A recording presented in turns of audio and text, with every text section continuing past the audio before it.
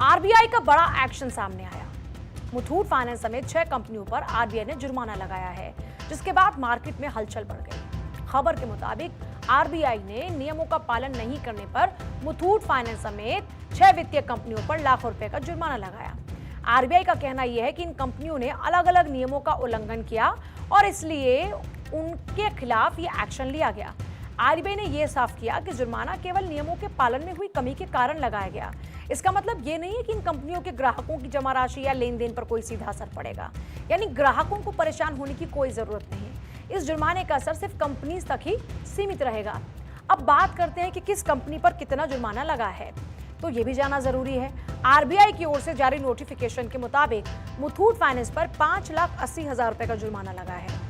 Avail financial services पर सबसे ज्यादा 6,20,000 रुपए का जुर्माना लगा है।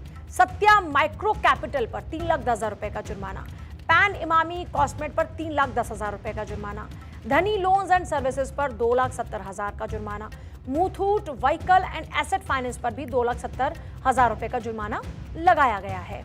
अब सबसे ज्यादा चर्चा यहाँ पर मुथूट फाइनेंस की हो रही है। लोगों को ये लग रहा है कि ये जुर्माने की वसूली कहीं ग्राहकों से ही तो नहीं होगी। आरबीआई के मुताबिक मुथूट फाइनेंस ने ग्राहकों के खाते से जुड़े जोखिम की समय समय पर समीक्षा करने की सही व्यवस्था नहीं बनाई थी। इसके अलावा कंपनी के पास ऐसा कोई मजबूत सॉफ्टवेयर सिस्टम भी नहीं था जो संदिग्ध वित्तीय लेन देन की ठीक ठाक पहचान कर पाए और समय पर उसकी रिपोर्टिंग कर सके, और इसी वजह से कंपनी के ऊपर जुर्माना लगाया गया।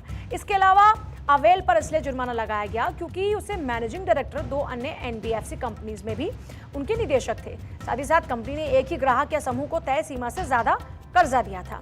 इसके अलावा जुर्माने के दायरे में पैन इमामी का नाम भी शामिल है।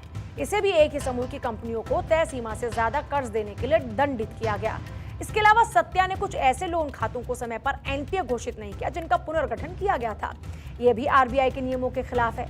अब सवाल ये उठता है कि इस एक्शन के बाद क्या ग्राहकों को चिंता करनी चाहिए? अब बाजार के जानकार ये कहते हैं कि इस कार्रवाई से इन कंपनियों के ग्राहकों को कोई घबराने की आवश्यकता नहीं। आरबीआई समय समय पर बैंक्स और गैर बैंकिंग वित्तीय कंपनी यानी एनबीएफसी की जांच करता है।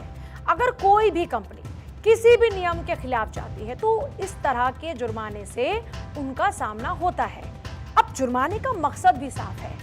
इससे वित्तीय व्यवस्था को सुरक्षित रखना आसान होगा, कंपनियों का काम ट्रांसपेरेंट और ज्यादा रिलायबल होगा।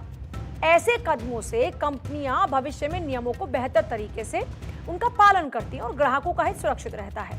अब कुल मिलाकर इन कंपनियों से जुड़े ग्राहकों को टेंशन लेने की कोई जरूरत नहीं, क्योंकि यह जुर्माना भविष्य में उन्हीं की मदद करने वाला है।